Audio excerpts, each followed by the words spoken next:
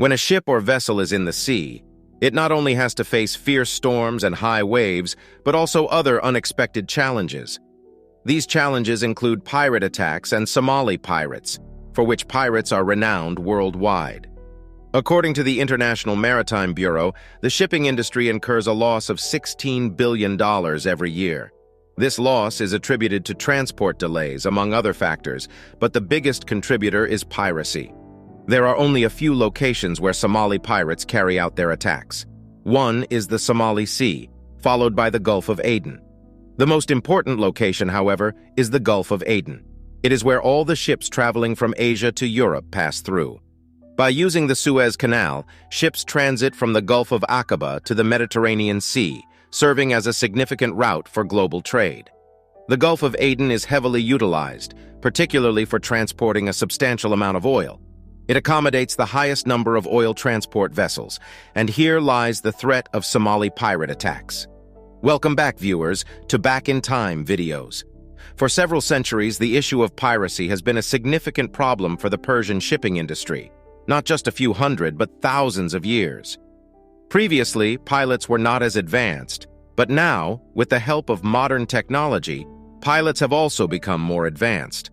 Alongside that, antivirus techniques and weapons have also advanced.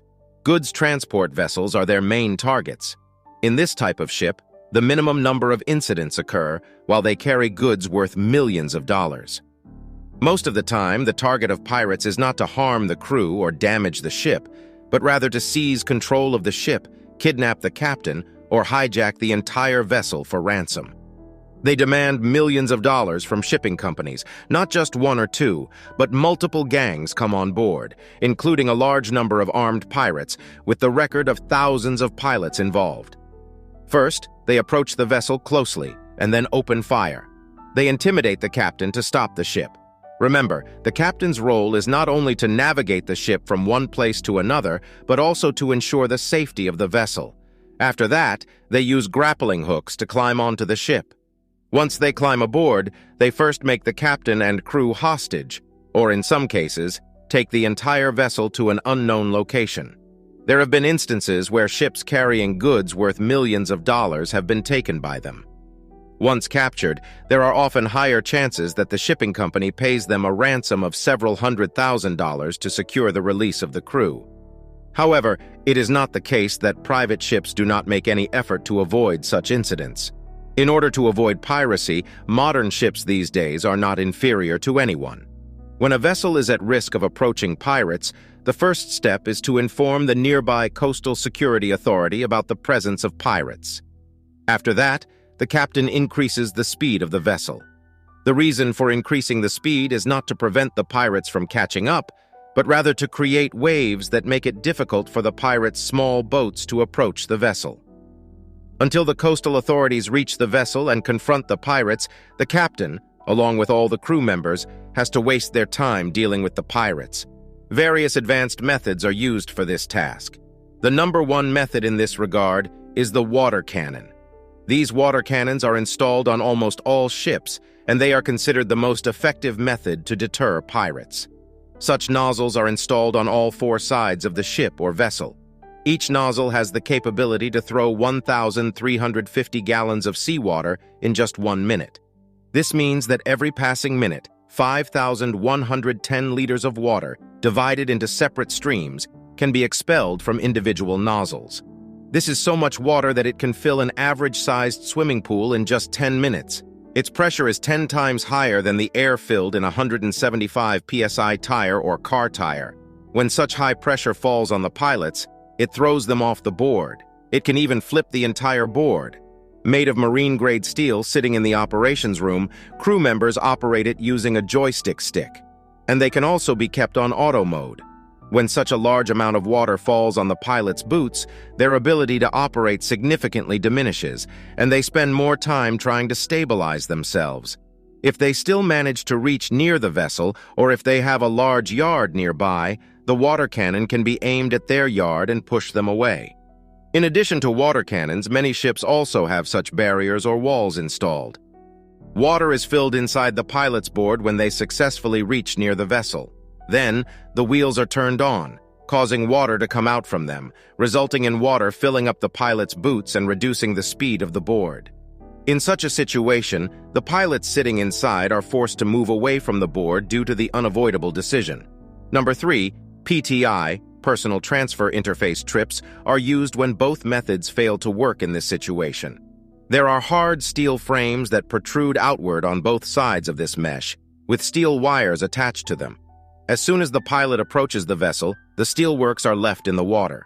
Pilots mostly use high-speed boards which have a propeller attached to them. The steel wires get entangled in the propeller, causing the engine of the board to become stuck. It becomes jammed.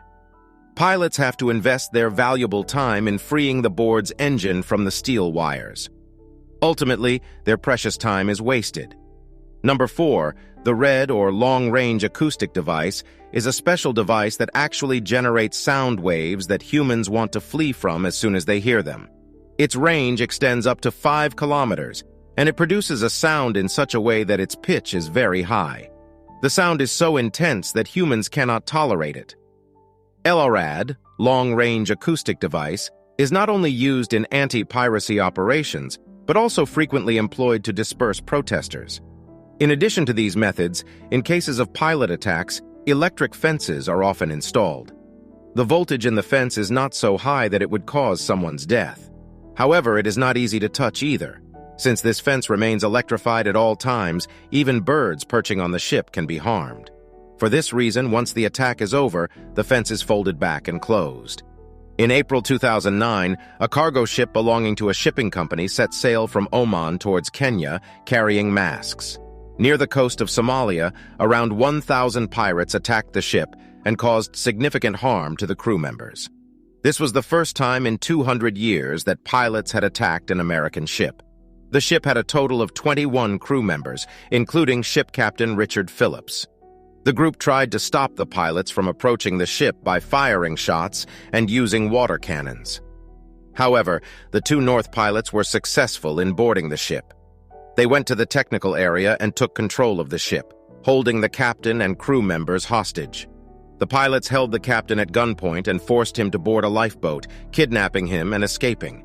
Their demand was $2 million, and in exchange, they would release the captain. Here, let me tell you that the live board has limited fuel, and it is evident that in this condition, they could not go much further. The new officers pursued the live board with the objective of preventing the pilots from reaching the coast, because if they reached the coast, then it would become impossible to find them in a corrupt country like Somalia. The new officer deployed a helicopter that was flying low near the lifeboard, creating wind waves. This prevented the water currents from pushing the lifeboat towards the port. Finally, an American ship was positioned in the path of the lifeboat, blocking its route. Their sole purpose was to waste the pilot's time so that the fuel of the lifeboat could be depleted. After hours of waiting, finally, when the fuel was depleted, the pilots agreed to negotiate.